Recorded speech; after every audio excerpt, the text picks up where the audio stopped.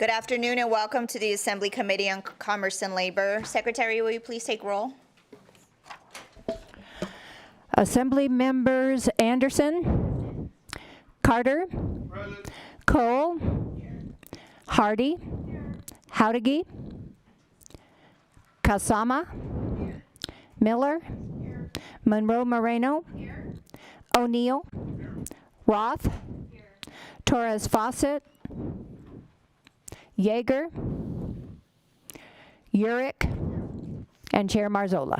And I am here. Please mark members present once they arrive. Welcome everyone here with us in Carson City, those in Las Vegas, and the people tuning in over the internet. Today we will hear 4 bills: Assembly Bill 428, Assembly Bill 434, Assembly Bill 498, and Assembly Bill 510. We will also conduct a work session to take action on measures the committee has heard in previous meetings. I do plan to do the work session first. Before we get started, I do have a few housekeeping announcements. Members of the public may provide testimony in various ways, which are all listed on the agenda. When testifying, please remember to turn on the microphone to speak and off to listen. Also remember to state and spell your name for the record. If you have handouts for the committee, please provide 20 copies to the committee secretary prior to your testimony. Committee information is also available on Nellis, which can be accessed through the legislature's website. You may also watch our meetings through the Nellis or the legislature's YouTube channel. We ask that public comments be kept to 2 minutes so that everyone can be accommodated. As always, I expect courtesy and respect in all our interactions, even if we may not agree. Please also turn off or silence all of your electronic devices, especially your cell phones. And with that, we will move to our work session. It is not customary for the committee to take testimony or otherwise rehear the bills during a work session. However, I may invite a witness to come forward for clarification or questions during our consideration of a measure. And with that, we will start with Assembly Bill 142. Assembly Bill 142 revises provisions relating to industrial insurance, sponsored by Assemblymember Marzola, heard on March 24th. And there are 2 proposed amendments on your bill page. Thank you. Committee members, are there any questions? I don't see any. I'll entertain a motion to amend and do pass Assembly Bill 142. A lot's happening.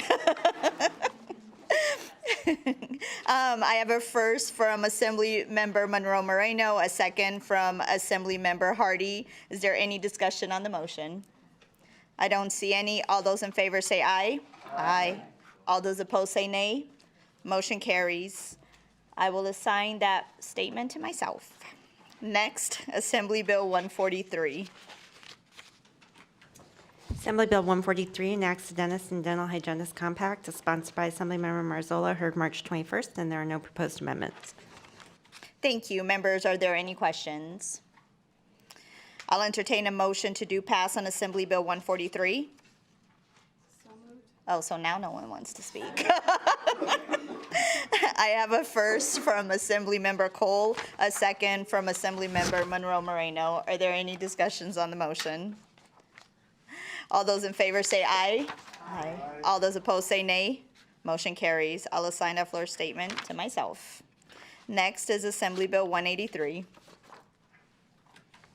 Assembly Bill 183 revises provisions relating to optometry, sponsored by Assemblymember Koenig, heard on March 3rd.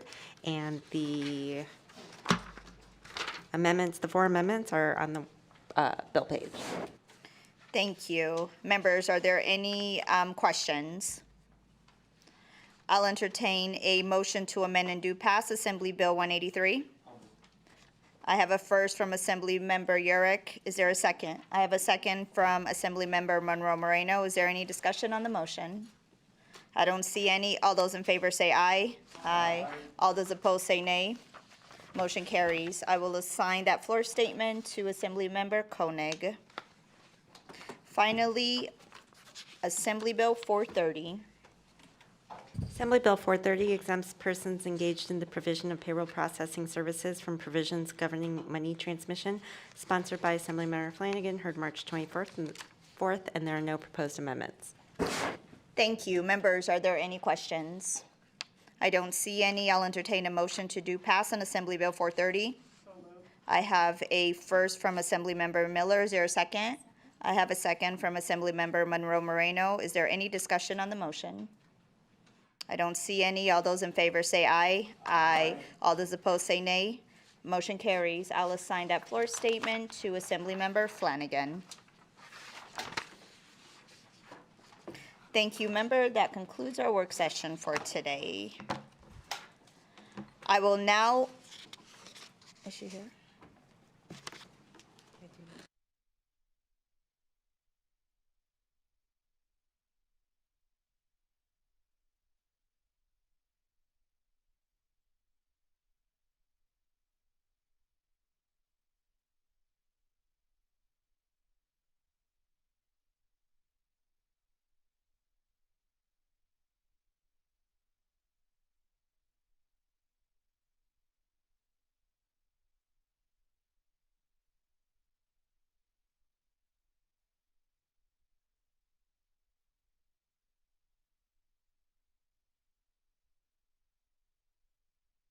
One minute recess.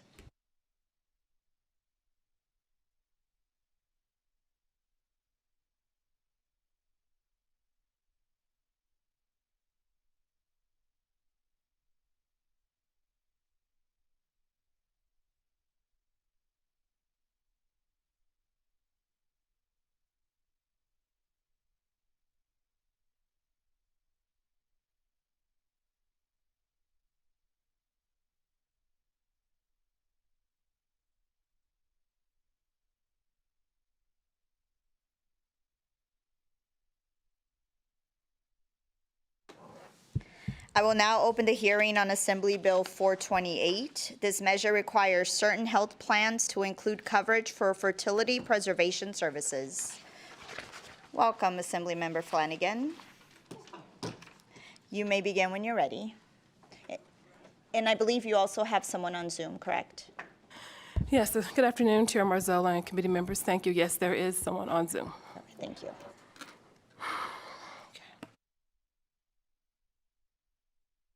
Now that I have sprinted to the fourth floor, it's such a busy Friday for us.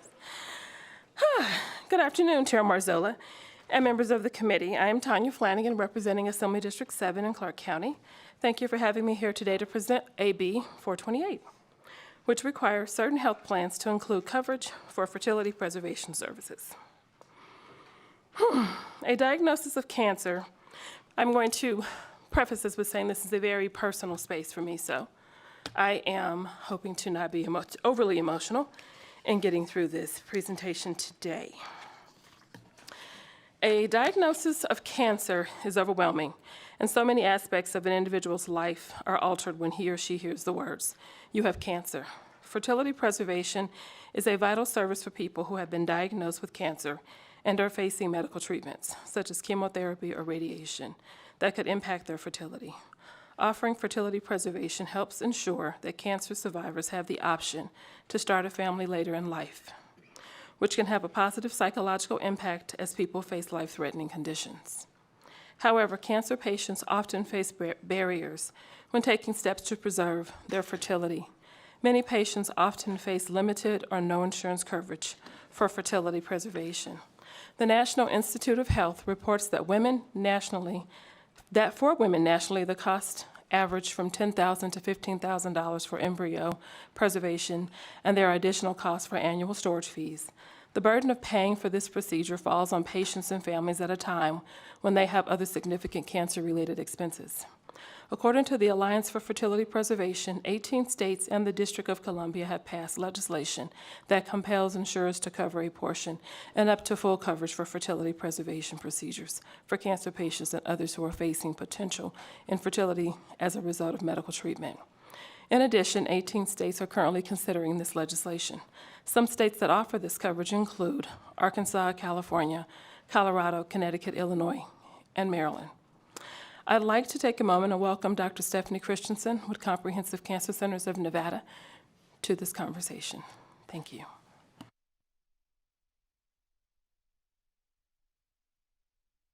Doctor, I believe you're still muted.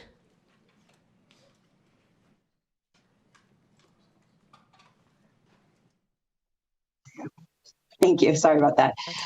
Thank you, Marzola, members of the committee, and of course to Assemblywoman Flanagan for inviting me to speak today. My name is Dr. Stephanie Christensen, STEPHANI-CHRISTENSEN, and I am speaking in strong support of Assembly Bill 428. I grew up in Nevada. I went to medical school in Nevada, and I'm incredibly lucky to practice medicine in Nevada.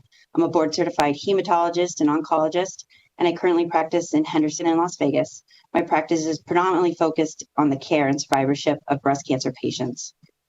In the United States, there's roughly 268,000 women who are diagnosed with invasive breast cancer annually. 12% of these cases will be diagnosed in women under the age of 45, and that number is growing. If we look at the percent of population in Nevada, it's about 1%. So that means about 320 Nevada women that are premenopausal are diagnosed with breast cancer every year. As an oncologist, women come to see me because they have been diagnosed with breast cancer. They've just gotten some of the worst news of their lives. They're scared of dying. They're scared of losing their hair from chemotherapy. They're scared of how breast cancer treatments will disrupt their lives. And they rightly fear that the treatments I use to cure their cancer will jeopardize their ability to create the family they've always dreamed about.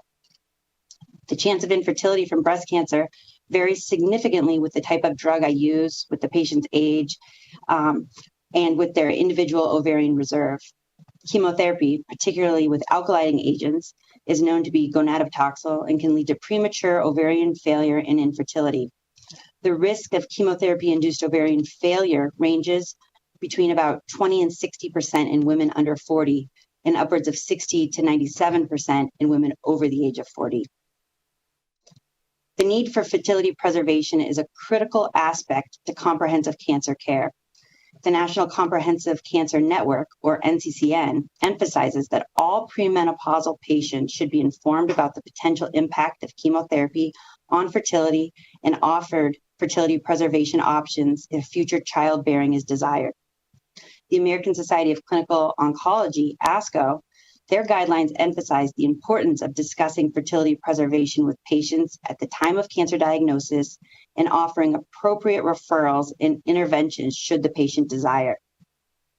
Fertility preservation methods, such as oocyte or embryo cryopreservation, are well established and effective in safeguarding reproductive potential of cancer patients.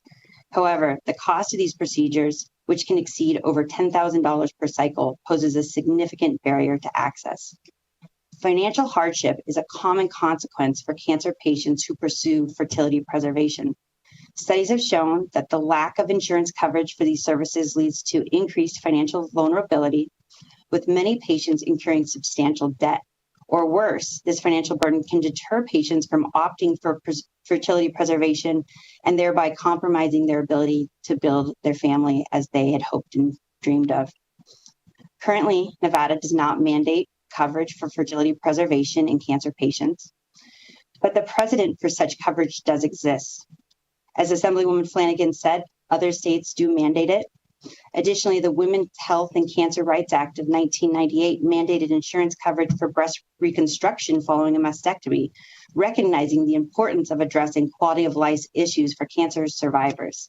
Extending similar coverage for fertility preservation aligns with this commitment to comprehensive survivorship. AB 428 will mandate that certain health insurance plans cover fertility preservation for individuals diagnosed with breast and ovarian cancer. By ensuring coverage for fertility preservation, AB 428 seeks to alleviate the emotional and financial burden faced by cancer patients who wish to have biological children after treatment. Access to such services will lead to improved quality of life and improved psychological well-being during and after cancer therapy. Thank you for allowing me to address the committee today. I urge you to support this legislation. Thank you, Chair Marzola, and I will, if I may, briefly walk through the sections of the bill. Sections 1, 3 through 9, 11, and 13 through 15 require public and private health plans, including Medicaid and insurance for state and local government employees, to provide coverage for certain procedures or services that are deemed medically necessary to preserve fertility for an insured who has been diagnosed with breast or ovarian cancer if, 1, the cancer may directly or indirectly cause infertility, or 2, the insured is expected to receive medical treatment for cancer, and the treatment could directly or indirectly cause infertility. An insurer that is affiliated with a religious organization is not required to provide coverage if the insurer objects to providing the coverage on religious grounds and provides written notice to insureds or prospective insureds disclosing that the insurer does not provide such coverage. Section 2 of the bill authorizes the Commissioner of Insurance to require a policy of individual health insurance issued by a domestic insurer to a person residing in another state to contain the coverage. In addition, Section 10 of the bill authorizes the Commissioner to suspend or revoke a certificate of a health maintenance organization that fails to provide such coverage. The Commissioner may also take such action against other health insurers that fail to provide such coverage. I will stop now and take any questions. Thank you, Assemblymember, for your presentation today in such an important bill. Committee members, are there any questions?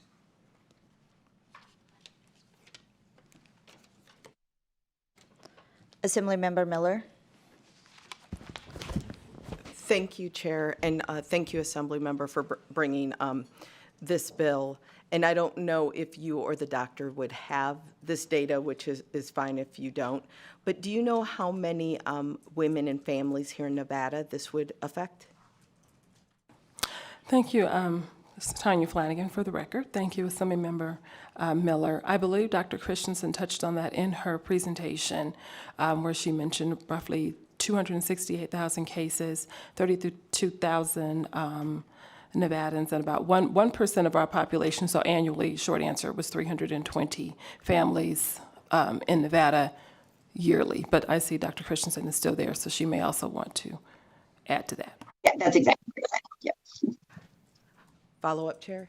Go ahead. Maybe I should clarify, not necessarily like qualify, but would be interested in this type of service, because I know qualifying and those who would actively seek it. Do we have any idea? Tanya Flanagan for the record. I will take a stab at that and then allow Dr. Christensen to maybe add a more technical answer.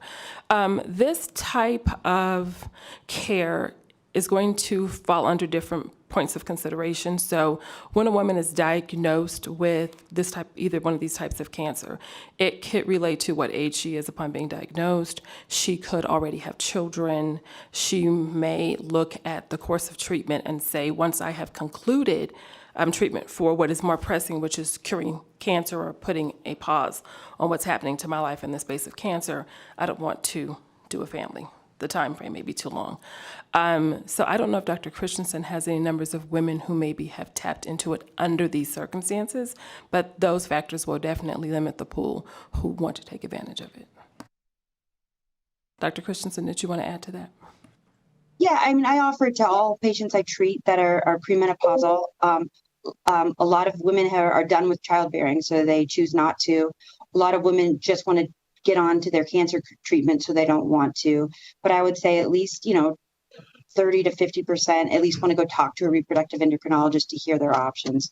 And again, we're not talking about every woman with breast cancer in Nevada. We're only talking about women of childbearing potential that are interested. Thank you so much. Thank you, Doctor. Committee members, any additional questions? Assemblymember Hardy. Thank you. Thank you, Chair. And I just wanted to thank you, too, for sharing your personal story. I know that it's, emotional and hard to talk about that, but it helps others when you do that, so thank you. You mentioned in your opening that I think 18 states and D.C. have full or partial coverage for this. What would be the difference, what would be covered under, say, a partial coverage? Tanya Flanagan for the record. Let me see, Assemblymember Hardy. Chair, if I may go direct. Thank you. Assemblymember Hardy, if I can pull some of that. What I can do is share with you some of what is covered under the different plans, and then it should paint somewhat of a picture. So for example, In Arkansas, an individual and group insurance policies provide maternity benefits that cover IVF. Their lifetime maximum is $15,000 for coverage. So all of their individual and group insurance policies that provide maternity benefits must cover IVF. Whereas in Colorado and in California, they offer 3 completed, and I may need Dr. Christensen. It has to do with the oocyte retrievals. Am I pronouncing that correctly? Yeah, that would be it. Just let me say. The oocyte retrievals and with unlimited embryo transfers in accordance with the guidelines of ASRM using single embryo transfer when recommended and medically appropriate. In Connecticut, there's a lifetime maximum coverage of 4 cycles for ovulation induction, a lifetime maximum coverage of 3 cycles for intrauterine insemination, a lifetime maximum coverage of 2 cycles for IVF with not more than 2 embryo implantations per cycle. Each fertilization or transfer is credited as 1 cycle towards the maximum. So the states take a look at it differently. Dr. Christensen may want to add more to that, if that answers your question sufficiently. Member Hardy. Yes, thank you. That was what I was looking for, the differences. And so, and it may be in here, and I apologize if I don't see it, but is this legislation, are there coverage limits or cycle limits, or is it just, there aren't any limits as some of those other states have? At this point, I think we're mostly at Tanya Flanagan for the record. Thank you. And I believe Madam Chair said I may go direct. So Assemblymember Hardy, we are at the beginning stages of taking a look at this, so the specifics of policy haven't been outlined in this legislation as to what we will provide what, because I believe, and I was hoping to have my insurance friend in the audience, but I'm not sure if I see Mr. Wadhams in the room from, is he? Oh, there he is. I'd like to phone a friend to talk about it from the insurance perspective, and so I will pause. For the record, my name is Jim Wadhams, and I was asked by Assemblymember Flanagan to provide her with some information, so I'm actually technically not appearing as a lobbyist, just as the friend. The bill lays out a series of insurance plans, including the 287 plans provided by local government. Oftentimes, these bills also have a reference to Chapter 608, which covers employers generally. I'd certainly defer to committee counsel on whether that would be an addition to this or not. But these sorts of benefits are relatively common, and again, the value of them is somewhat dependent upon the actuarial utilization of these, and I think one of the questions from the committee sort of raised that. What is the likelihood of the universe of utilization? I hope that's helpful. Does that answer your question, Assemblymember? Assemblymember Cole?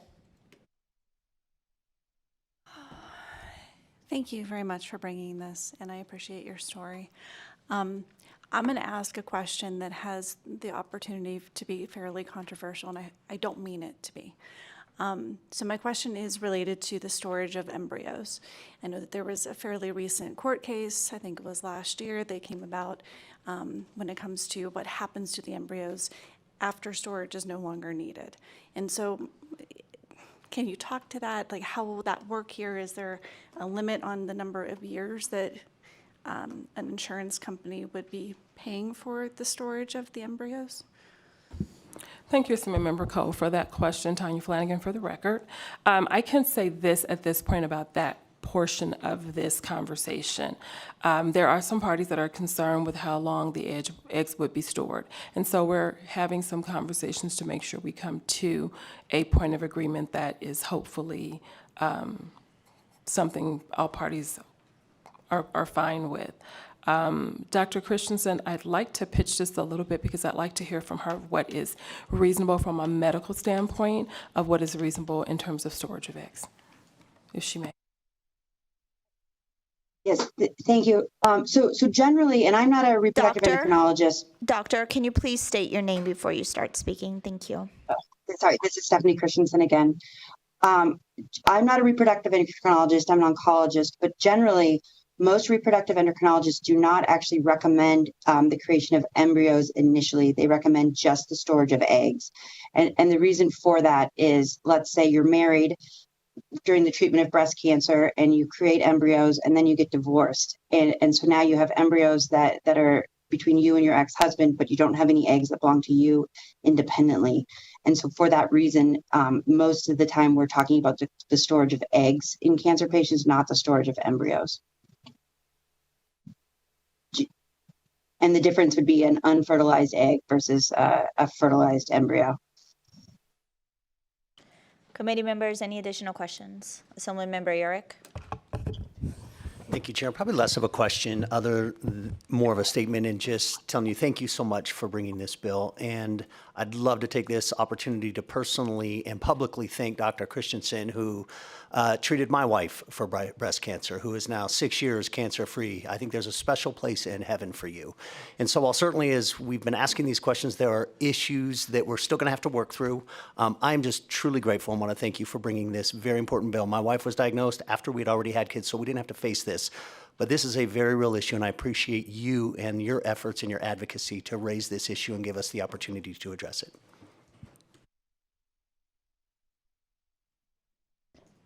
Assemblymember O'Neill. Okay. Committee members, any questions? I don't see any. Thank you. Thank you for being here this afternoon with us. Thank you for sharing your story. I know this is such a hard space, and I believe, like one of my colleagues stated, it's an important issue that you're addressing and you're making such a difference for others. Assemblymember Yurick, thank you also for sharing about your wife. And with that, we will start testimony in support to Assembly Bill 428. Is there anyone here in Carson City wishing to testify? Please remember to state and spell your name for the record. You have 2 minutes. Good afternoon, Chair Marzola, members of the committee. My name is Kayla Maese, spelled Kaylah. Last name is Maese. I'm a civil rights analyst at the ACLU of Nevada, and we appreciate the intent of this bill, and we are very happy to support this bill. Thank you. Good afternoon, Chair Marzola, members of the committee. For the record, Leonardo Benavides with UNLV, here today in support of this very important measure brought forward by Assemblymember Flanagan. Thank you very much. Is there anyone else in Carson City wishing to testify in support? I don't see anyone walking up. Is there anyone in Las Vegas wishing to testify in support of Assembly Bill 428? Broadcast, is there anyone on the line? To testify in support for Assembly Bill 428, please press star 9 to take your place in the queue. Again, if you wish to testify in support, please press star 9.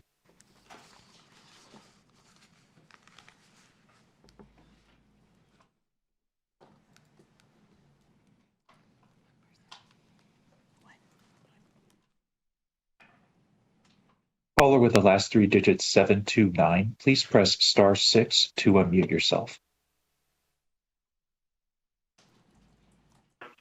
Hello, this is Caroline Mello Robertson, CAROLINE MELLO ROBERSON, a lobbyist with Planned Parenthood Votes Nevada, here to speak in support and thank Assemblymember Flanagan for bringing this important bill forward. Thank you.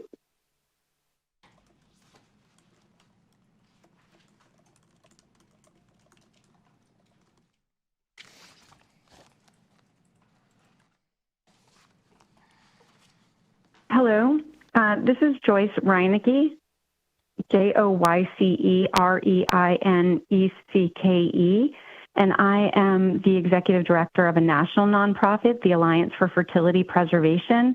I want to say that while we strongly applaud the intent of this bill, we do also want to raise some reservations that our organization has in representing all cancer patients. And since infertility and sterility related... Ma'am, yes. are you testifying in support of the bill? I am testifying in support with reservations. I don't know if there's a neutral category. There I just is. wanted to. There is a neutral. There is a Okay. neutral category. So if you can just hang on the line right now, we are in testimony and support. Broadcast. Okay, thank you. Thank you so much. Broadcast, is there anyone else on the line wishing to testify in support? Chair, we have no more callers choosing to testify in support at this time. Thank you. We will move to testimony in opposition of Assembly Bill 428. Is there anyone here in Carson City wishing to testify in opposition? I don't see any. Is there anyone in Las Vegas wishing to testify in opposition? Broadcast, is there anyone on the line? To testify in opposition to Assembly Bill 428, please press star 9 to take your place in the queue.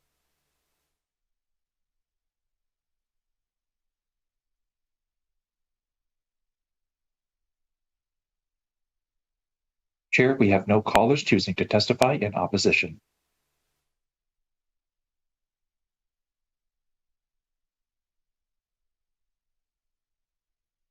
We'll move to neutral testimony. Is there anyone here in Las Vegas wishing to testify in neutral?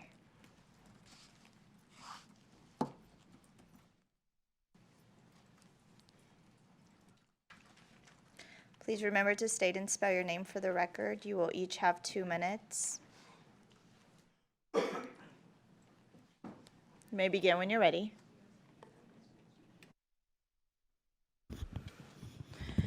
Jessica Glover, Jessica, Glover, Glover. Hello, Chair and Council, women and men. I want to thank Assemblymember Flanagan for bringing this bill to the attention. As a birth mom, I understand the need and the want for families to want to have children who may not be able to due to medical reasons. And I also want people to know that blood is not always thicker than water.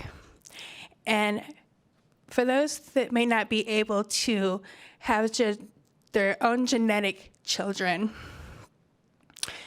there are children on standby waiting for a loving, quality family who will love you and who will heal your paternity wounds.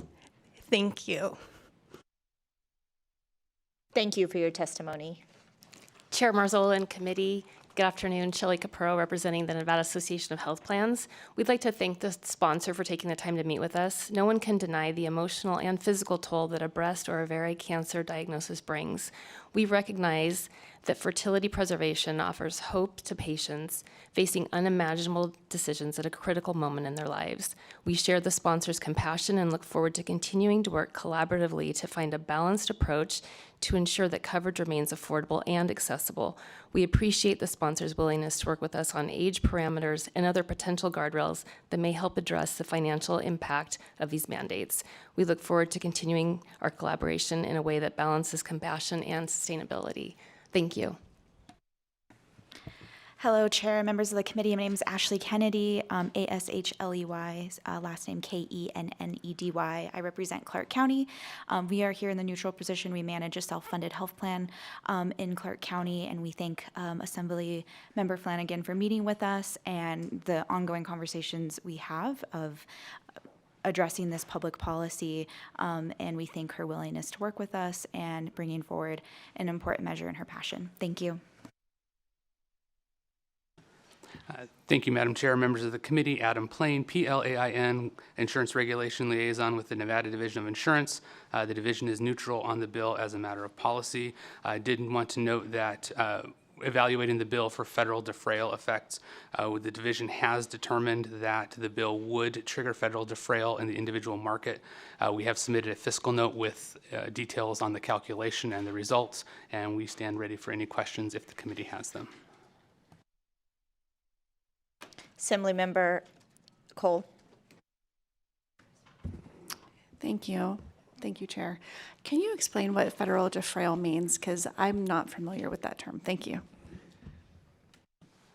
certainly Adam Plain for the record, trying to be as brief and concise as possible.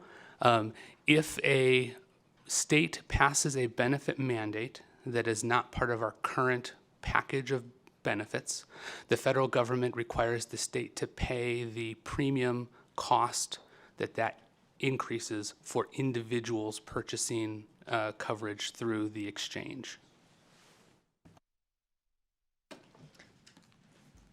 Thank you. Thank you for being here and answering our questions. Is there anyone else wishing to testify in neutral? Is there anyone in Las Vegas wishing to testify in neutral to Assembly Bill 428? I don't see anyone coming up. Broadcast, is there anyone on the line? To testify in neutral to Assembly Bill 428, please press star 9 to take your place in the queue. Again, if you wish to testify in neutral, please press star 9.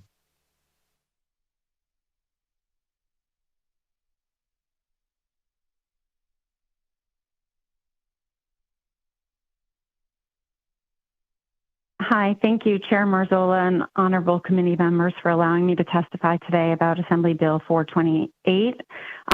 As I stated before, and I'm sorry for speaking out of turn, my name is Joyce Reinecke. I am the executive director of a national nonprofit organization, the Alliance for Fertility Preservation. And our mission is exactly what this bill intends to do, is to serve the needs of patients, cancer patients who need information and resources and access to fertility preservation services when they're facing possible sterilization or infertility due to their cancer treatments. We have worked with advocates across the country, and as you heard earlier, to date, 18 states and the District of Columbia have passed fertility preservation coverage legislation. And we applaud the intent of this bill, and the only reservations that we have is that it is not inclusive enough. We represent all cancer patients, and because their fertility is threatened by the treatment that they have, this affects patients beyond breast cancer and ovarian cancer patients. So this also includes pediatric patients, young adult patients, because the threat comes from the life-saving treatments such as chemotherapy, radiation, bone marrow transplants, and some surgeries. So for this reason, we would feel that the coverage needs to include all patients to be more equitable. Thank you. Thank you for your testimony. Broadcast, is there anyone else on the line? If you have just joined and would like to testify in neutral to Assembly Bill 428, please press star 9 or raise your hand in the Zoom window to take your place in the queue.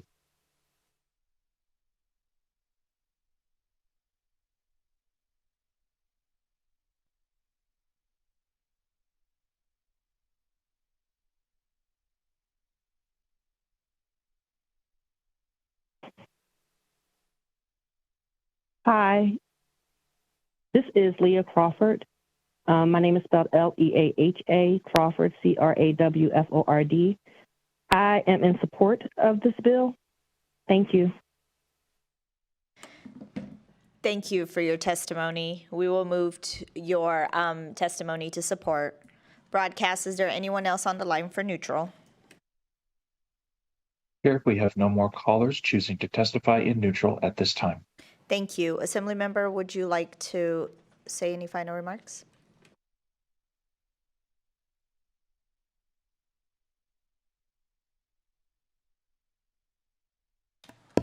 Thank you, Chair Marzola and members of the committee.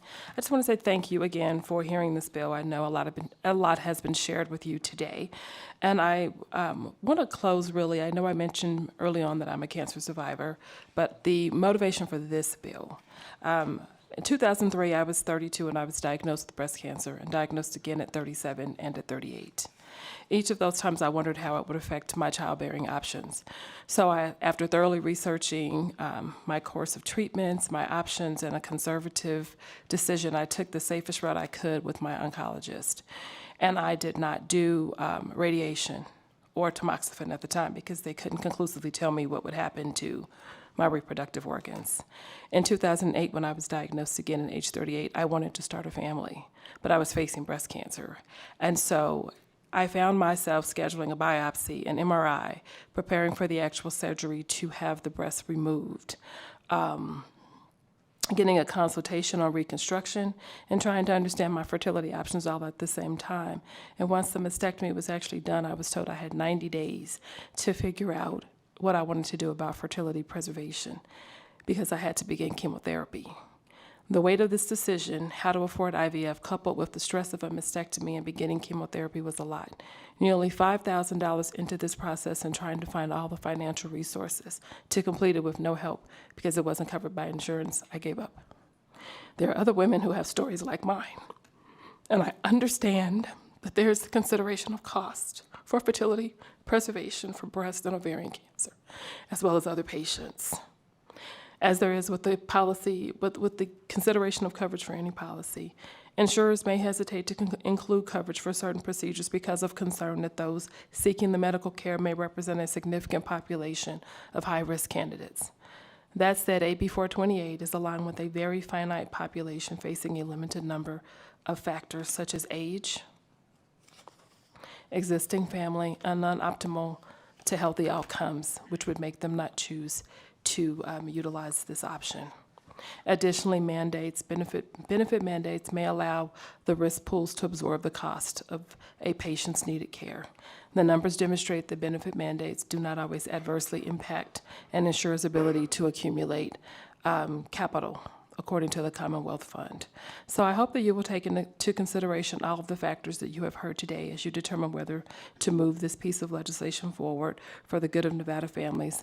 And I look forward to continuing to work with stakeholders that we might find a common ground so that we can have this available to families in Nevada. And thank you for your time this afternoon. Thank you so much for being with us this afternoon. And again, thank you for sharing and bringing this bill forward. I will now close the hearing on Assembly Bill 428.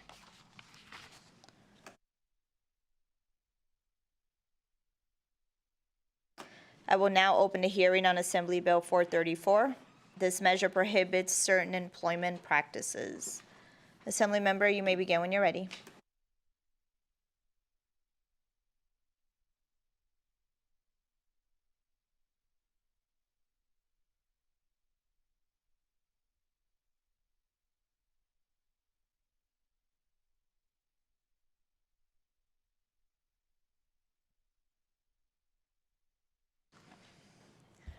Good afternoon, Chair Marzola, Vice Chair Harrigy, and members of the Commerce and Labor. My name is Natha Anderson. It is my honor to represent Assembly District 30. Before I begin, though, I would like to say thank you for scheduling this meeting today. I know that there are numerous bills in front of you, so to have this opportunity is greatly appreciated. I'm joined today by Ross Kinson of Teamsters Local 533 out of Washoe County, who will help present AB 434. This legislation is very similar to laws adopted in 8 other states, and I can list them off if you really need them. But first, we'll go into the language. Mr. Kinson? Good afternoon. Ross Kinson for the record, ROSS-KIN-SON. So AB 434, or as we're calling it, the Freedom of Employer Intimidation Act, is rooted in basic, deeply American values: freedom of thought and belief. It asks a simple question: should anyone in Nevada be forced to choose between keeping their job and staying true to their conscience? Today, the answer is yes, and should have been yes the entire time. However, it is not. So in many workplaces across our state and across the country, employees are required, often without warning, to attend meetings or receive communications that focus on their employer's political and/or religious views. These meetings, sometimes referred to as captive audience meetings, are not about ethical job issues, job performance, safety, or business updates. They're about influencing beliefs about politics, or, coming from a union leader like myself, union drives, or even religious affiliations. These meetings are typically mandatory and are paid. It is vastly different than a conversation between an employee and their employer who are just talking.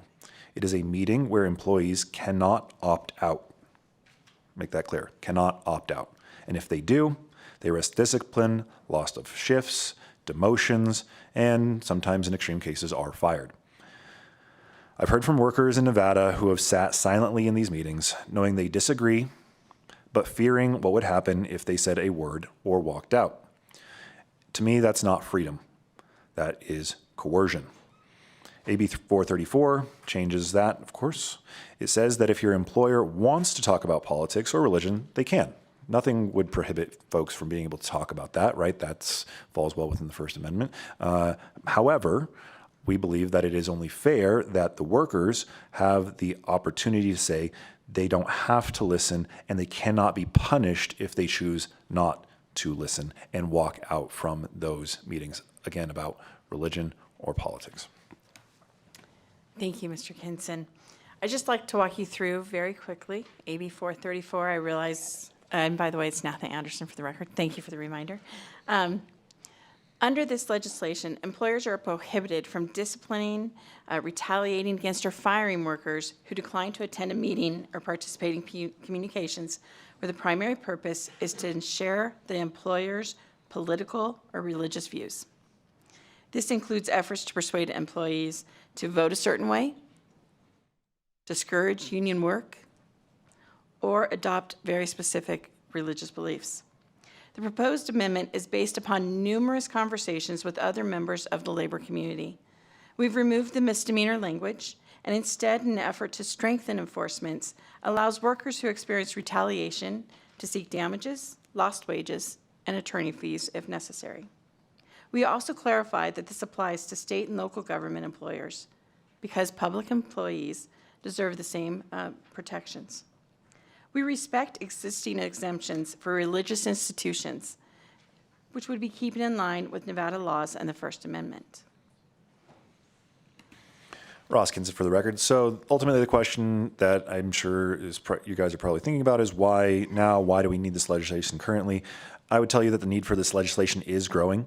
Across the country, we're seeing an increase in employer use of captive audience meetings, particularly in anti-union campaigns and political mobilization efforts. These meetings are often framed as informational, but let's be honest, when your boss tells you to be somewhere, it's not a request. And when they talk politics, it's very rarely neutral. As mentioned earlier, other states are passing similar legislation. Connecticut, Oregon, and Minnesota, to name a few, have passed very similar laws. Courts have upheld these laws, and more importantly, the workers in those states now have the freedom to walk away from coercion, and we think it's time for Nevada to join those states. The bill is backed by a broad coalition nationwide of labor unions, civil liberty advocates, faith-based groups, and everyday workers who've experienced these pressures firsthand. They know that this bill protects not just worker, but broader democracy as a whole. This is about giving working people the ability to engage politically on their own terms, not under the pressure from their employer. It's about defending freedom of religion by preventing forced religious participation in the workplace, and it's about dignity, fairness, and protecting people from retaliation when they speak or choose not to speak their minds.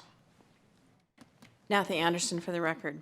Over the last day, I've heard from a few people that there is a concern that it could possibly restrict that freedom of speech, and it becomes a First Amendment infringement. That is not this intent. And so those individuals, I have asked them to work with me on possibly getting another amendment to clarify that. I just want to make sure it's clear. Employers are free to express their views. We are so fortunate that most of the time we get a chance as employees to become friends with our employers. That's the best type of workplace. It's a place you want to go to work because you get a chance to talk with each other. You get a chance to disagree with each other. You get a chance to find consensus. What is the problem, however, is when an employer tells an employee, you need to sit here and you need to hear about this political candidate or this religious belief, and you need to sign this pledge. You need to vote this way. That's what this is trying to deal with. And that is why I'm bringing forward this language, because I believe that the idea of Nevada being a state that encourages the rights of the workers is not just in practice. It also needs to be in law. And this is what we are trying to do. The Worker Freedom from Employer Intimidation Act is simply a step towards restoring the power and autonomy that every Nevadan deserves at work.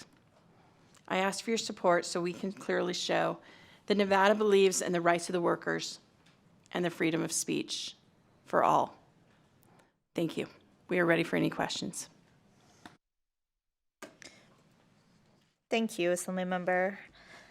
Committee members, are there any questions? Assemblymember Torres Fawcett. Thank you, Chair, and thank you so much for this piece of legislation. I can definitely see instances where employees can be held captive to listening to their employer's political views. My concern, though, is on the definition of political matters on line 22. It includes proposals to change legislation. My concern would be that there are a number of positions, which I'm sure many of us interact with, in which changing legislation is actually a requirement of the job expectation. Even as educators, sometimes we are in those conversations as a part of our employment.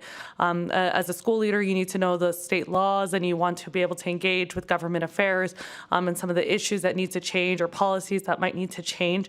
And so I do have concerns that this could prohibit, and I could see employees maybe not wishing to engage with that political nature of their position. I think about that 4-hour Ways and Means meeting that we just attended, and there might be members that don't want to participate and they could just opt out because it has to do with changing legislation. Has there been any consideration on refining that definition of political matters to be a little bit more clear? Assemblymember Anderson, for the record, thank you for bringing that up. That has been the number one consideration in trying to figure out how to define it in a much better way. And I take ownership of that issue. And that the fact that we were trying to figure out how do we do this in a way, if it's a job where you are directly engaged with politics, I'll use some of the people that might be sitting behind me that might just be employed as lobbyists as an example. They know that going in, that's part of their job. It's more for the individuals who are working at, I'll use again my past of working at Target. That's really what this is more aimed for. And I think that's where the majority of our discussions for the new amendment will be coming from, is that when it's not directly related to somebody's job, because that is exactly what the concern that has been raised has been, and I have not been able to get that language together in my own mind.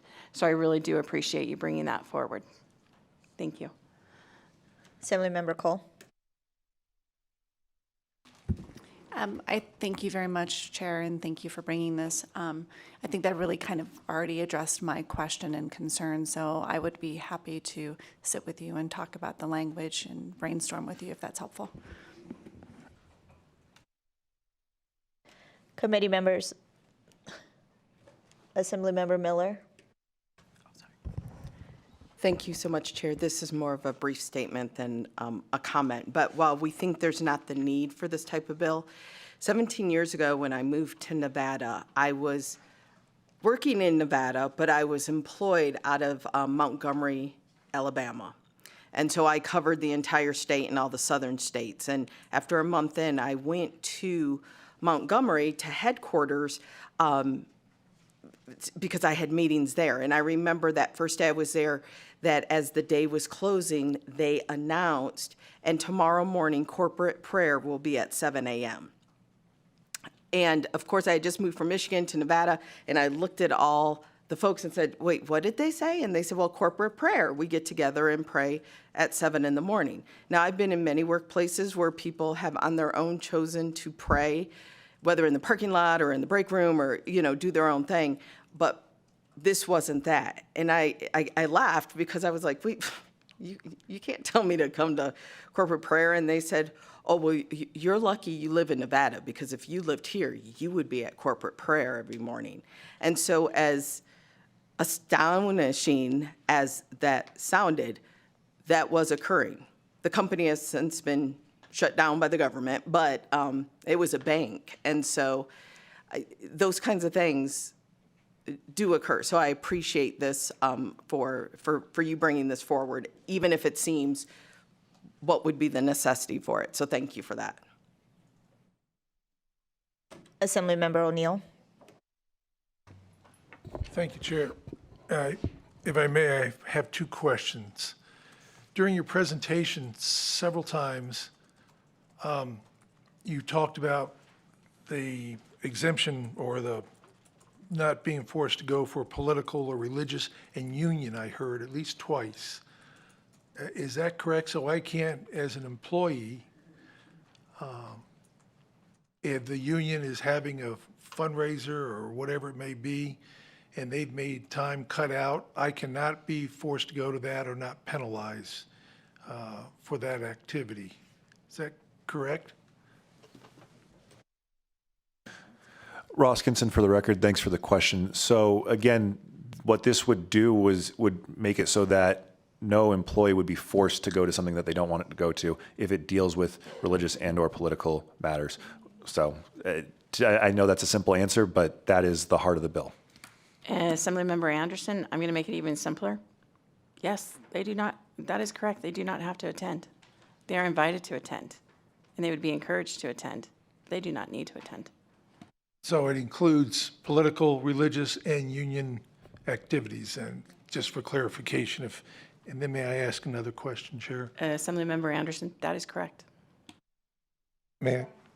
The other question I have is I know there's several companies out now that are privately owned, excuse me, and have very strong religious backing. Some won't open on Sundays or other days. They hire is if they put out in their application before I went to work for them, please, a notification that there are strong religious beliefs by the owners of the business, that there will be a prayer group or something. Can that also be a protection for that company?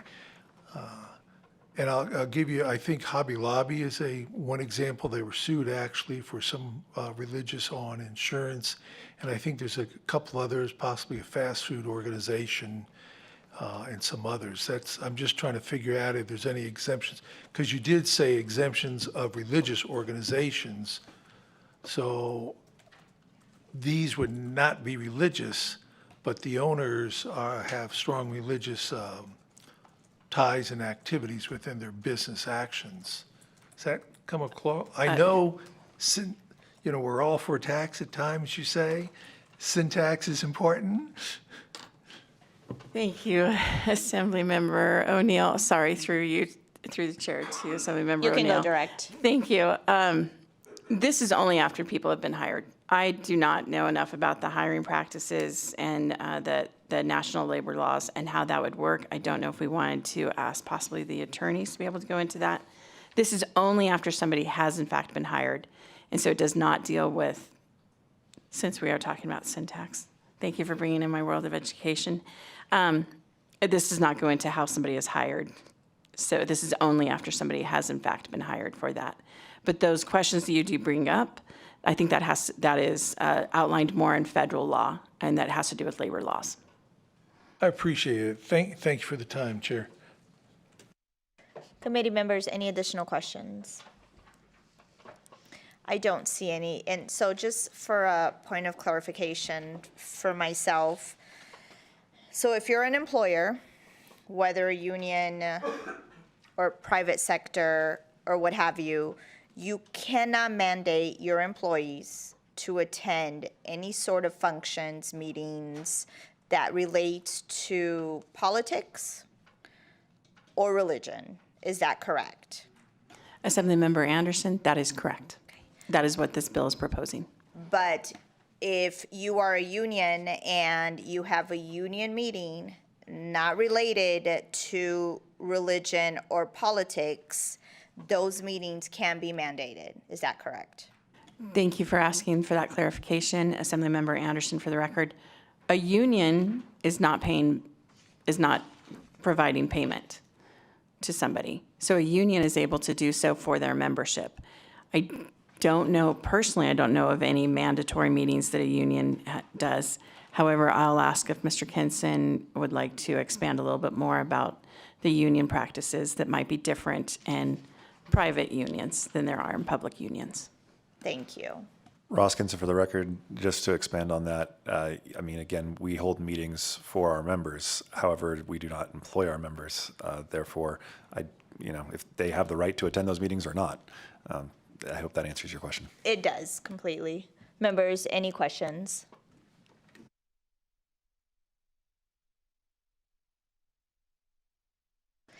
Thank you for that clarification. A couple of us here were a little confused, so we appreciate that.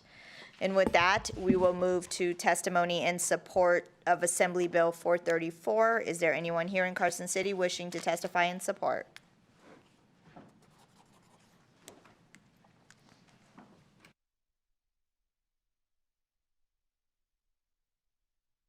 Good afternoon, Madam Chair, members of the committee. For the record, Carlos Hernandez, representing the Nevada State AFL-CIO. The AFL-CIO represents over 120 unions and more than 150,000 members from various industries, including the building and construction trades, the service industry, public employee sector, and many more. We would like to thank Assemblymember Nathan Anderson, the Teamsters, all our stakeholders, all our unions for working on this bill. It's very important to our members, and we strongly urge the committee to support the bill. Thank you. Greg Esposito, representing the Nevada State Pipe Trades. I hope none of you have ever been job scared. I've been job scared before, and it's a really uncomfortable place to be, to think that my employer holds so much power over me, and I depend on that paycheck so much that if I don't get my full paycheck on Friday, I'm going to lose my apartment, or I'm not going to be able to feed myself for the next week. It's very uncomfortable. And I hope none of you have ever been coerced in any aspect of your life where if you do not do this, there is going to be harm to befall you. That's also very uncomfortable. Imagine combining the two. Imagine combining being coerced to do something or to believe in something or to listen to something, and your ability to feed your kids is attached to that coercion. It's a very uncomfortable place. Imagine your employer telling you that you're going to sit in a meeting for the next hour, 2 hours, and they're going to talk to you about converting to Islam. That'd be really uncomfortable for you, and you really wouldn't want to sit there. And so personalize it and figure out if you'd want that sort of pressure on your life when your finances rely on being told what religion you should believe in. I don't know how I'd react on that one. Is there anyone else wishing to testify in support? Don't see anyone. Is there anyone in Las Vegas wishing to testify in support of Assembly Bill 434? Please remember to state and spell your name for the record. Also, as soon as you are finished testifying, if you could please get up so the next person could testify. Thank you. Good afternoon, Chair and members. For the record, my name is Jason Gately, and I'm the Principal Officer for Teamsters Local 14 here in Las Vegas, Nevada. Forcing workers into meetings that are not work-related is coercive. Every day we're able to opt out from political messages or messages we don't agree with when we're bombarded. For an employee to not have the ability to opt out of a meeting they wish to not attend that is not work-related and face the threat of termination and or any other type of discharge is not appropriate. So we're asking the members to support this bill. Thank you very much for your time.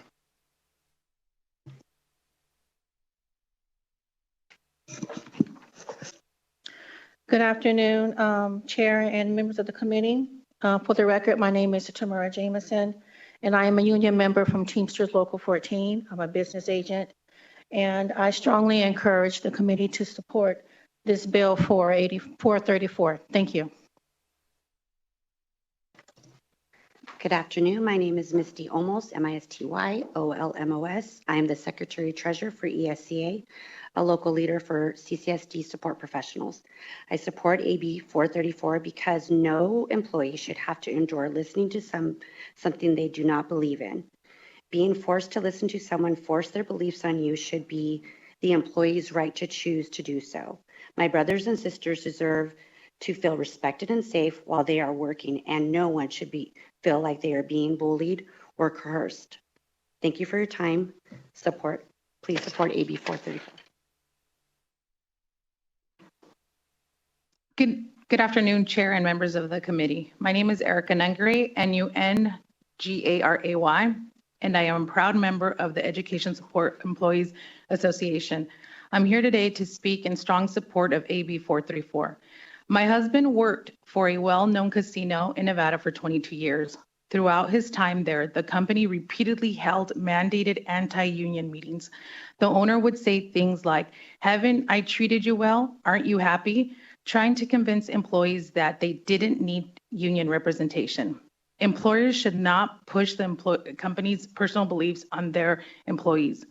Unfortunately, many listened, believing their loyalty and hard work would protect them. Then COVID hit. Most employees were laid off, including my husband. Despite his decades of service, he was never called back. Only a small number were rehired, and those who returned were expected to do the jobs of 3 people with no additional support, protection, or compensation. If the workers had been unionized, they would have had rights and resources to protect them, benefits that they had earned, job security, and a voice in decisions that affected their livelihoods. My husband and so many others were left without a safety net. Families like mine had to face the financial and emotional strain that came with sudden unemployment and with no clear path forward. AB 434 is about fairness and dignity. By passing this bill, you are not just protecting workers, you're protecting entire families from financial hardship and uncertainty. You're saying that long-term dedication and hard work will not be met with silence or exploitation. Nevada workers deserve better. They deserve protection. They deserve a voice. Please do the right thing and vote yes on AB 434. Thank you.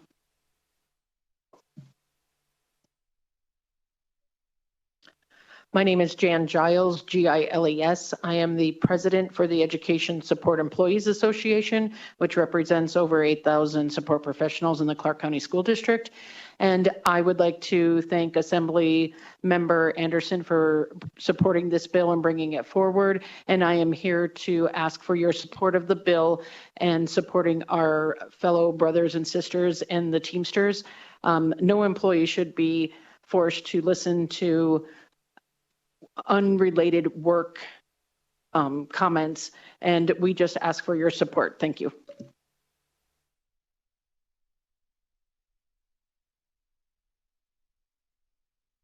Is there anyone else in Las Vegas wishing to testify in support? Broadcast, is there anyone on the line? Testify in support for Assembly Bill 434. Please press star 9 to take your place in the queue. Again, if you wish to testify in support, please press star 9.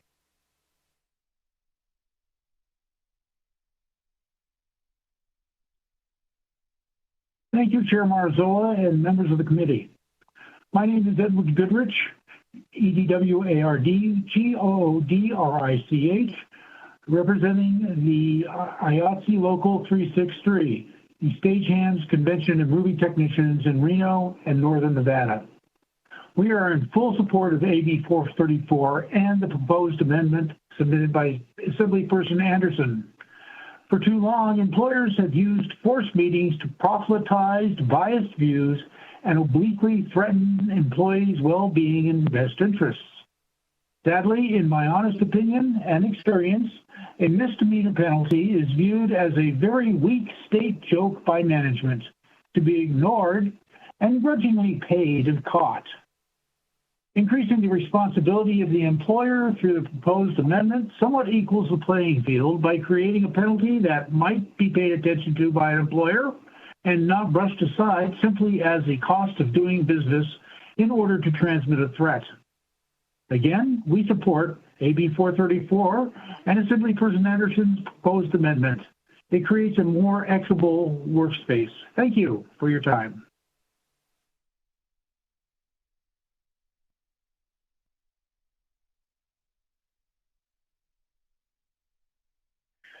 Chair and members of the committee, for the record, Russ James, RUSSJAMES, Nevada, AFL-CIO.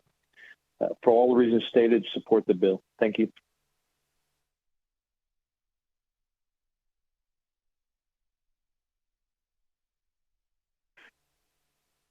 Good afternoon, chairs, members of the committee. My name is Dion Klug, DIONNEKLUG. I'm with the United Food and Commercial Workers Union Local 711, and we strongly urge you to support this bill. Thank you.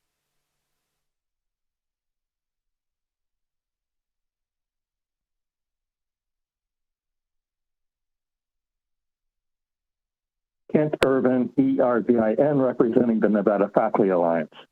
For the reasons already stated, we strongly urge your support for Assembly Bill 434. We appreciate Assemblymember Anderson for bringing the bill and for looking into language to avoid any unintended consequences. Thank you very much.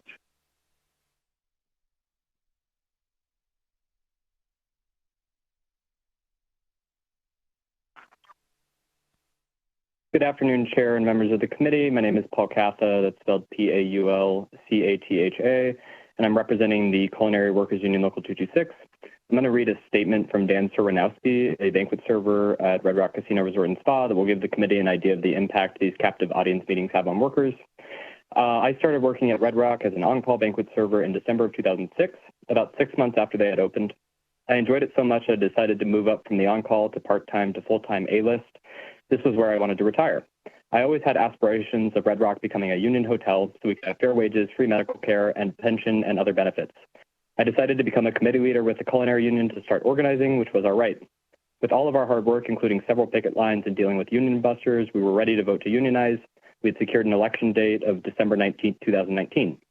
Management distributed a flyer which was titled Mandatory Captive Audience All Team Member Meeting. The meetings were held December 16th and 17th, 2 days before the election to vote yes or no on the union. I attended one of these meetings. The company made announcements and promises about benefits. Top managers said that the benefits were only guaranteed if we rejected the union. Right away, one thought I had was, how could they be doing this right before the election? I asked you today to please examine this company flyer and ask the company about it. The period of time between the mandatory captive audience meeting and today has been a very stressful and sometimes depressing time. From 2006 to 2020, I served Red Rock with loyalty and dedication. I worked my way up to the A-list. I had hopes and plans and savings for building a home.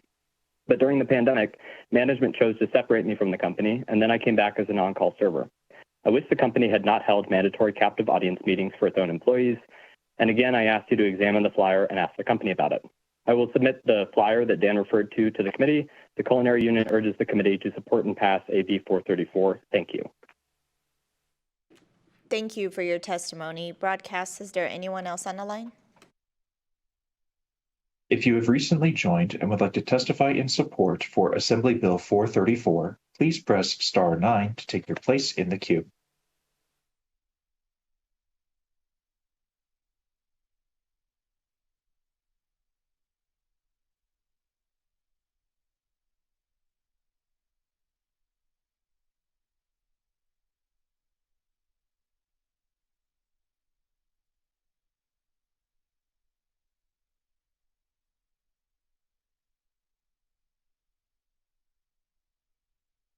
Caller with the last 3 digits, 890, you are unmuted and you may begin.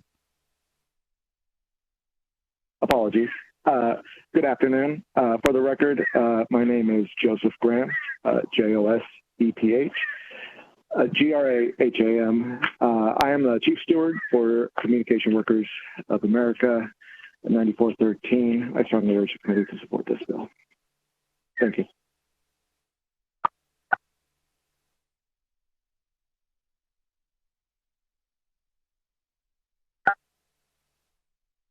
Good afternoon, Madam Chair and members of the committee. For the record, my name is Liz Sorensen. I'm the president of the Nevada State AFL-CIO, and I am in strong support of AB 434, and I urge this committee to do the same. Thank you for your time.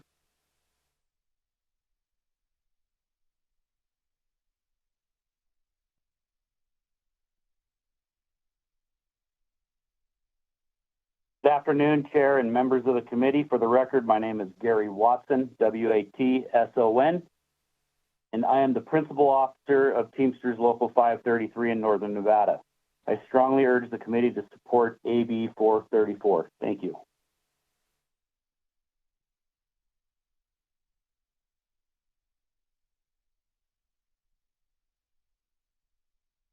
Good afternoon, everybody.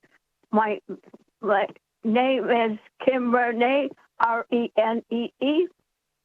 For the record, I'm the president of Nevada SAG-AFTRA. I strongly urge you to support this bill. Thank you. Have a good evening.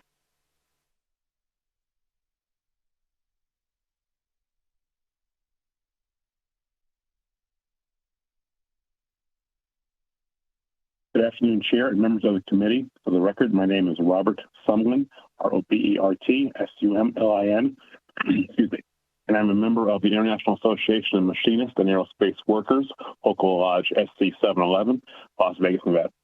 I strongly urge the committee to support Bill AB 434. Thank you. Have a great day.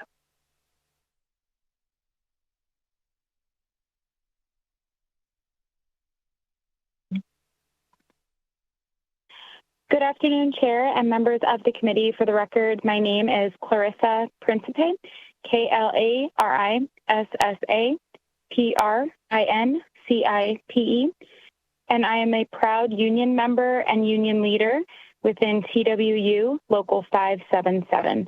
I strongly urge the committee to support AB 434. Thank you.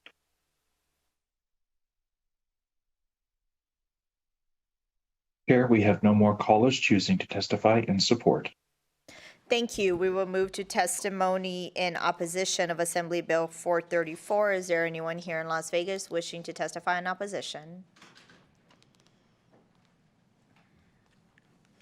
You may begin when you're ready. Good afternoon, Madam Chair. For the record, Trey Abney, A-B-N-E-Y, here today representing the hardworking job creators of NFIB, Nevada. We strongly oppose AB 434, and we believe that this is a vast government overreach. The nebulous terms here could make almost any opinion or pronouncement by an employer a violation of this potential law. On the first day you were here in this building in this session, each of you swore to protect and defend the Constitution of the United States. Well, business owners have First Amendment rights too, and we believe that the provisions of this bill violate that. Any business owner should be able to, on their own property, explain to their employees how certain issues or bills or ballot initiatives or candidates may positively or negatively affect their ability to do business and keep their employees employed. If an employer holds a regularly scheduled all-hands-on-deck staff meeting, and somewhere in that agenda, she or he decides to pontificate on the importance of registering to vote and participating in the political process, and those staff members are required to attend that staff meeting, and that was a quote-unquote purpose of the meeting, the employer could be in violation of this and subject to expensive lawsuits. And imagine having to go through a legal process where you're trying to decide what was the purpose of the meeting, what was said, was it political? Madam Chair, if this bill prohibited employers from forcing employees to sign the dotted line to become a Republican or a Christian or whatever, or to Assemblymember Miller's point, to force prayer, you probably would not have to put up with my face up here at this table again today. But we believe this is an unconstitutional overreach that we do not support, and we urge you to oppose it as well. As always, Madam Chair, thank you very much for your indulgence and your time. Thank you. Chair, members of the committee, my name is Joanna Ontiveros with Karen, Nevada, on behalf of the Las Vegas Global Economic Alliance, the state's largest regional economic development agency serving all over Clark County. We strongly urge the committee to reconsider this proposal. Though we appreciate the sponsor's intent, and this bill excessively restricts employer speech, creating ambiguity in enforcement, and could increase legal disputes as well. It also limits legitimate workplace discussions on political matters as well as religious. This can hinder business from advocating on relevant policies. Striving to support employers is important, but this bill imposes overbroad and problematic restrictions for those reasons, we oppose this bill. Thank you. Good afternoon, Chair and members of the committee. For the record, Miranda Hoover with 3C House, representing the Energy and Convenience Association of Nevada. For all of the reasons already stated, and I will not go into my full testimony, I am a ditto, and we look forward to future conversations on this bill. Thank you. Is there anyone else in Carson City wishing to testify in opposition? We'll move to Las Vegas. I see someone's already sitting down. You may begin when you're ready. Thank you, Chair Marzola and committee members. Misty Grimmer, representing the Nevada Resort Association. I think we understand and appreciate the goals of AB 434, but as previous speakers have said, the bill may be going a bit too far. It sounds like there may be some more work done on the definitions, and we look forward to being a part of those conversations. Our concerns relate to mandatory employee meetings that an employee could construe as being the opinions of the employer, but are actually meetings such as ethics training, anti-harassment training, respectful workplace training, or even safety training. We'd like to ensure that those types of mandatory meetings are still allowed. I haven't been able to get feedback from my members yet on the amendment and the inclusion of free speech in the workplace, so I will follow up with Assemblywoman Anderson on that after I get some additional feedback. Thank you so much. Thank you for your testimony. Is there anyone else in Las Vegas wishing to testify in opposition? Broadcast, is there anyone on the line? To testify in opposition to Assembly Bill 434, please press star 9 to take your place in the queue.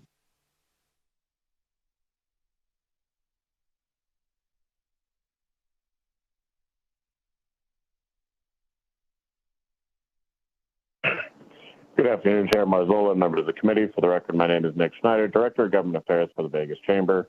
The Chamber is here in opposition to AB 434 as drafted. For the sake of brevity, we will go ahead and echo the comments of my colleagues who testified before me. We do appreciate the bill sponsor's time in meeting with us, and we do look forward to continued conversations. Thank you for your time and consideration.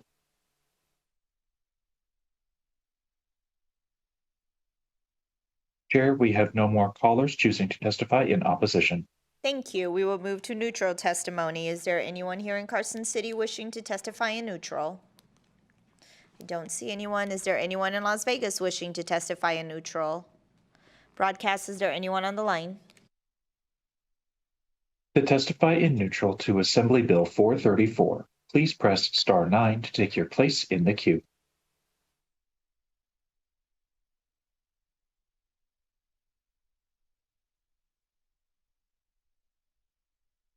Chair, we have no callers choosing to testify in neutral at this time. Thank you. Assemblymember, would you? I will now close the hearing on Assembly Bill 434. I will now open the hearing on Assembly Bill 498. This measure revises provisions relating to motor clubs.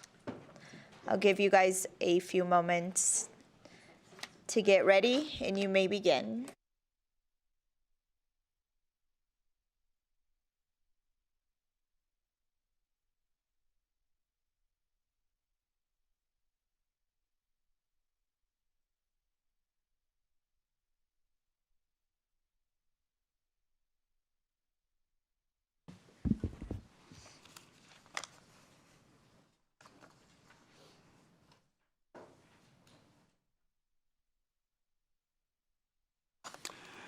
Thank you, Chair Marzola and members of the committee. I'm Max Carter, representing Assembly District 12 in Southern Nevada, the fantastic East Side. I am presenting Assembly Bill 498, which revises provisions relating to motor clubs. This bill removes the requirement for a motor club to provide information about the usual place of business of the motor club in this state. It also authorizes an individual who is not a resident of this state to be licensed as a club agent if the state in which the individual resides does not require a license to act as a club agent.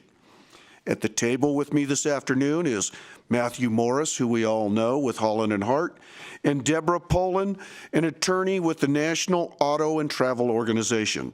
And with your permission, I'll turn it over to my co-presenters. Chair Marzola, Vice Chair Haddocky, and honorable committee members, and honorable Assembly Person Carter. My name is Deborah Poland. Can you get a little closer to the Yeah, mic? is that better? Thank you. DeborahPolan for the record. And I serve as General Counsel for the National Auto and Travel Organization, or NATO with a small n. I appreciate the opportunity to appear before you today in support of Assembly Bill 498 and offer thanks to the chair for bringing this measure forward. NATO is a nonprofit organization of automobile clubs that provide consumers with public safety services such as towing and emergency roadside assistance throughout the country, and more importantly, to 600,000 Nevadans last year at a cost of services of over $17 million. Many new cars and motorcycles come with complimentary roadside assistance. You might not know who NATO is, but chances are most of you have dealt with my members. You get complimentary roadsides with a car. You might, our members provide 24 roadside to automobile equipment manufacturers in the USA, including Ford, General Motors, Stellantis, Subaru of America, Nissan North America, Mitsubishi, Porsche, Polestar, and Volkswagen, and Harley for motorcycles. Some of our members provide motor club services ancillary to other products like tires or telephones. And recently, I noticed that Costco provides roadside assistance from one of our members for their auto program. That was new to me. I just saw that last night. Our members also work with 8 of the 10 top insurance companies to partner with them to provide emergency roadside. You might think that your roadside with your insurance company is through the actual policy, but chances are it's through a motor club. Because if you have it with your policy, you have to change it every time the services are augmented. Finally, some of our members sell a more traditional motor club membership on a standalone basis, something you may be more familiar with. Our services provide assurance to drivers of new and older vehicles alike that they won't be stranded on a highway without someone to call for help, or even stuck in their driveway or locked out of their vehicle and with no way to get to work. NATO companies provide peace of mind that help is only a phone call away, 24 hours a day, 7 days a week, 365 days a year. AB 498 will modernize Nevada's statute in small but important ways. And in the interest of the time and your patience, I'm going to turn this over to Matt Morris to walk through the bill, and know that I'm here if you have any questions. And thank you very much for your time, and thank you, Chair, for bringing this forward. Good afternoon, Chair, Vice Chair, members of the committee. My name is Matt Morris, M-O-R-R-I-S. For the record, I'm an attorney with Holland & Hart. I'm here on behalf of the National Auto and Travel Organization. Thank you for hearing AB 498 today and for the opportunity to very quickly outline the provisions of this fairly short bill. First, Section 1 of the bill amends NRS 696A-190, which deals with the information that a motor club must provide on a membership card to its members. Under existing law, the membership card must include both the exact location of the motor club's home office and the usual place of business in this state. An increasing number of entities do not have a physical brick and mortar location in addition to a home office. So to meet this criteria, many motor club entities can only list a registered agent address, which is not really the intent of this statute. So AB 498 proposes to remove this requirement. This statute was first enacted in 1971, and it has not been amended since in more than 50 years. So this slight revision will help to modernize the statute and better reflect the nature of how business is conducted today. Section 2 amends NRS 696A sub 280. This statute currently allows both Nevada residents and non-Nevada residents to apply for a license as a motor club agent. Under existing law, a non-Nevada resident may apply for a license in Nevada only if their home state also allows non-residents to apply. However, a growing number of jurisdictions have repealed their motor club respective licensure laws, either at the legislative level or administratively. So those states include Virginia, North Carolina, and a few others. Under the plain language of NRS 696A-280, non-residents in those jurisdictions would not be eligible to apply for licensure in Nevada. Section 2 would clarify this provision to allow a non-resident in a home state that does not license motor club agents to apply for licensure in Nevada, subject to all of Nevada's existing application and eligibility criteria.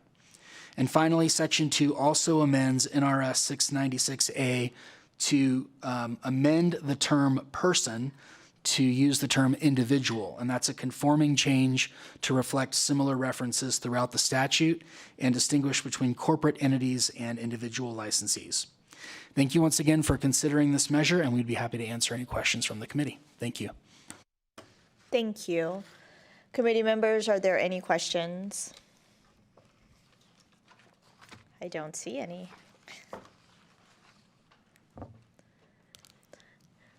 Thank you for your presentation. We will move to testimony in support of Assembly Bill 498.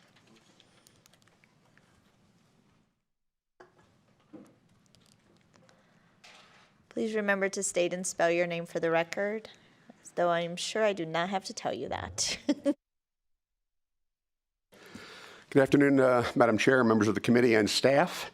Rick McCann, M-C-C-A-N-N, here today representing Snap Towing. I know some of you are looking at me like, when the hell did you become the tow guy? I thought you were the cop guy, but I got other talents. This is a cleanup bill. I think you've seen that. It's not hard to understand, a couple of words here and there, but it also makes it easier for this whole process to evolve and to continue. A lot of you on here are members of motor clubs, so you know what we're talking about. AAA, Allstate, ARP, USAA, all the ones that are here.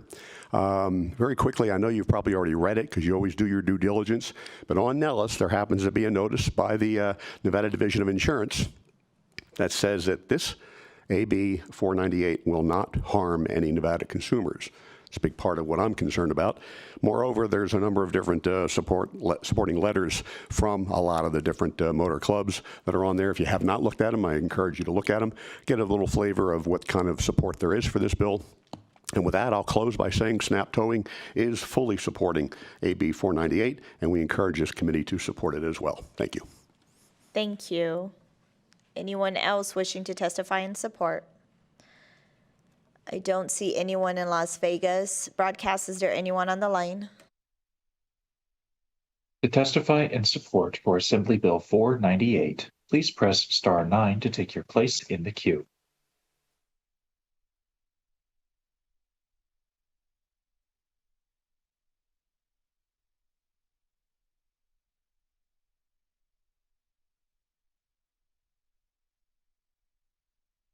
Caller with the last 3 digits, 742, you are unmuted and you may begin.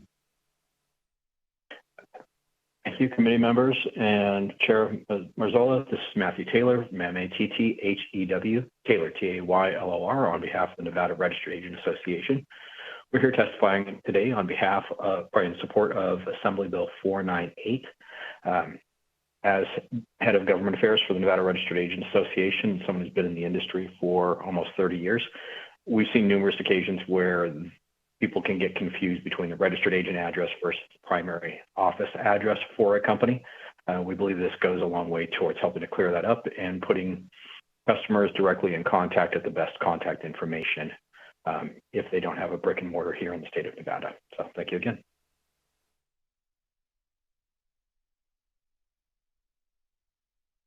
Chair, we have no more callers choosing to testify in support at this time.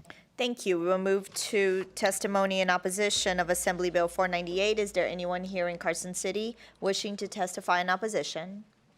I don't see anyone. I don't see anyone in Las Vegas. Broadcast, is there anyone on the line?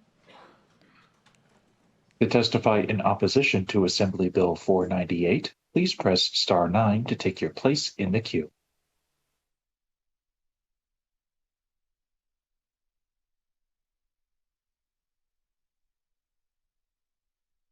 Chair, we have no callers choosing to testify in opposition. Thank you. We will move to neutral testimony. Is there anyone in Las Vegas wishing to testify in neutral? Don't see anyone. Is there anyone in Las Vegas?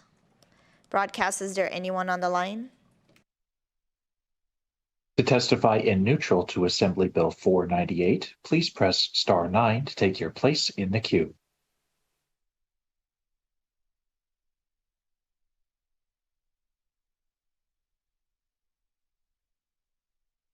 Chair, we have no callers choosing to testify in neutral. Thank you, Assembly Member. I will now close the hearing on Assembly Bill 498. I will now open the hearing on Assembly Bill 510. This measure makes various changes to the regulation of accountancy. Welcome, Mr. Hillerby. Thank you, Chair Marzola. Michael Hillerby on behalf of the Nevada State Board of Accountancy. Appreciate you putting the bill at the end of the agenda because it may take a while for me to do the thorough cover-to-cover review of the Uniform Accountancy Act. You may not have any committee members left at that end. I thank you, Michael Hillerby. I promise not to do that, and after looking at it, I'm wondering why it may not have been the subject of a filibuster in Congress before. It would make an interesting read. The accountancy profession and the regulation of it has long sought to have uniformity. The Uniform Accountancy Act actually started in 1916 and has been an important part of shaping the practice across the country. So in addition to one national test across the 55 states and territories, there are also fairly uniform education and experience requirements. This body has over the years encouraged and passed bills to help boards streamline the licensure process to get more people in to professions more quickly. The State Board of Accountancy came to this body in 2009 and you agreed, and we created what was called individual mobility. It's the accountant's term for reciprocity. So accountants can move in and out from other states that have that reciprocity without stopping at the Board of Accountancy, without getting a license, without paying any fee. And in 2023, you expanded that to include firm mobility, and the majority of states have adopted some form of this. The other thing that's going on in the profession as it becomes more challenging, it is tough. We're not seeing as many people coming into the profession. The profession and the National Association of State Boards of Accounting have been working hard to find other pathways and provide some other alternatives for experience and education, and we'll talk about that briefly in the bill. I'll jump into the bill at this point. Section 1 and Section 2 of the bill amend the work and educational requirements currently in statute for the issuance of a license. You'll see a fair amount of language being deleted in Section 2 on page 3 of the bill. Some of the accompanying language in that is found in the Nevada Administrative Code 628.055. This would pull some of those details out of statute, allow those to be adopted through the regulatory process and regulations approved by the Legislative Commission, so you're still involved, but be able to do that a little quicker. We're seeing changes now nationally. It was typically a bachelor's degree and 150 course hours, which if you're doing the math quickly is far more than the normal 120 over the course of the 4 years. We're again coming up with newer standards to adopt for some alternatives, and that also applies to the experience requirements as well. So people have other pathways to do that. The Section 1, and you'll see it again later in the bill, has a reference to the exam and a period of time to complete that exam. The CPA exam is 4 different 3-hour pieces on different subject matter, 1 4-hour test on discipline. It's taken in stages by the vast majority of sane applicants. Right now, our regulations have been the national standard, and that allows you 18 months from the time you start to take the individual pieces. The new standard that is coming out is 30 months. So what we would do is update the regulations, and that would come back to you after the bill hopefully becomes effective.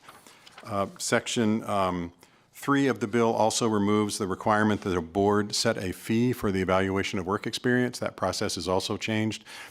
Used to be inspectors would go out and actually sometimes have to do visits, find out where you worked.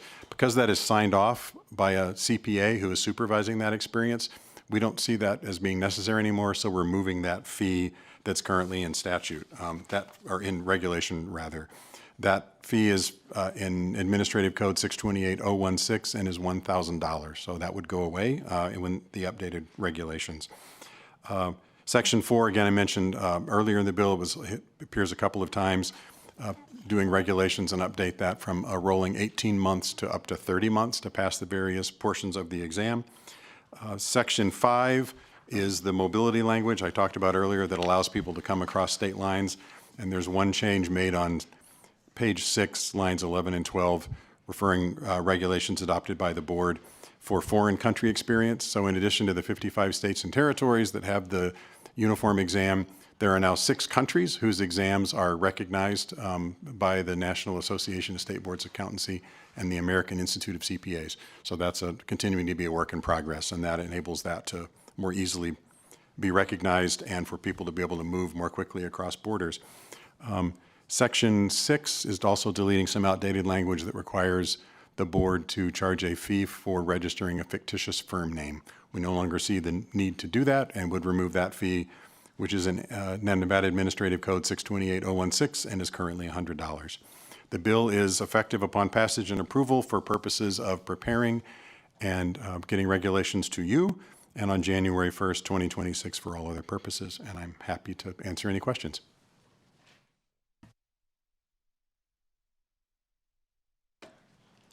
Thank you for being with us, Mr. Hillerby. Committee members, any questions? I don't see any. I have a quick question. You said 6 other countries are recognized. Yes. Do you know which countries? I do. Thank you very much. I'll find my notes here. They are Australia, New Zealand, Canada, Ireland, Mexico, and South Africa currently. Well, okay. Thank you for that information. Of course.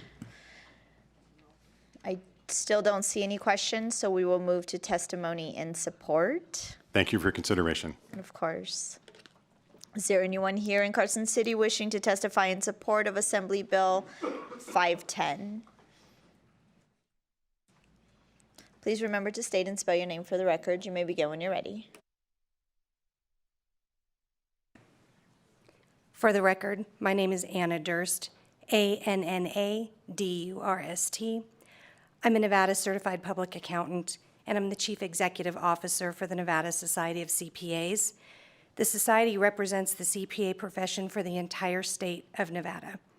I appreciate the opportunity to address Chair Marzola and the members of the Assembly Commerce and Labor Committee to voice support for AB 510. We've submitted written support, and I would like to focus on a few items related to AB 510. The Society has worked with the Board of Accountancy as they drafted bill language to make conforming changes to certain areas of NRS 628, adopted updated regulations, and move CPA licensure requirements out of statute and into regulation. We feel these changes further align Nevada's licensure requirements with the Uniform Accountancy Act, which most states adopt in various forms and fashion. Furthermore, we believe that the proposed changes to NRS 628 will remove barriers to licensure, clarify licensing requirements, allow CPAs to better serve Nevada clients, and attract businesses and CPAs to the state. The CPA profession nationally is undergoing rapid transformation, and licensure nimbleness is necessary to keep up with the changes. This proactive approach from the Board of Accountancy continues to modernize the Nevada CPA license while maintaining public protection. We encourage passage of AB 510 and appreciate the opportunity to voice support.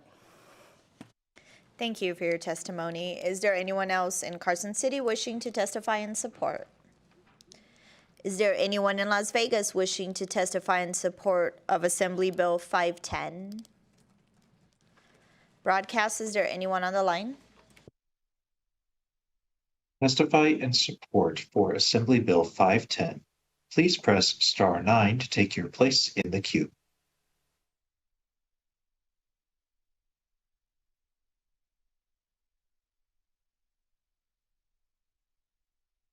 Chair, we have no callers choosing to testify in support at this time. Thank you. We'll move to testimony in opposition of Assembly Bill 510. Is there anyone here in Carson City wishing to testify in opposition? We don't see anyone. Is there anyone in Las Vegas wishing to testify in opposition? Broadcast, is there anyone on the line? To testify in opposition to Assembly Bill 510, please press star 9 to take your place in the queue.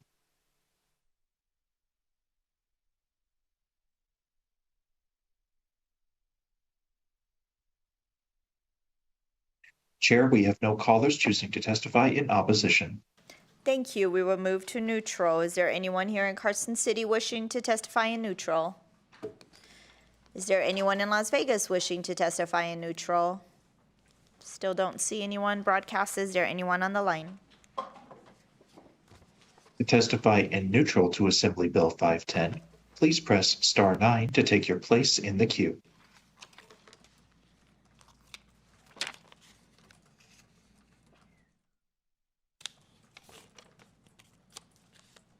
Chair, we have no callers choosing to testify in neutral.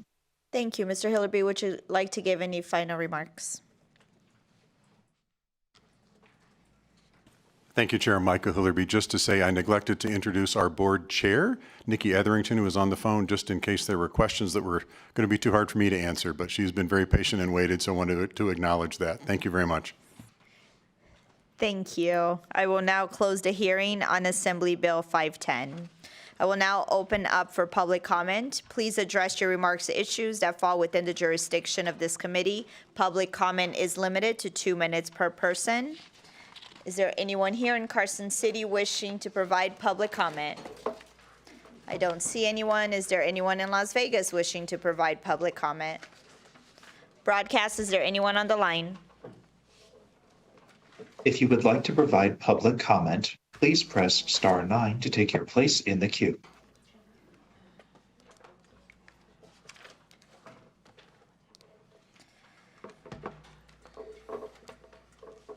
Chair, we have no callers choosing to provide public comment at this time. Thank you. Thank you, committee members, for hanging on in there on a Friday. Have a great weekend. This meeting's adjourned.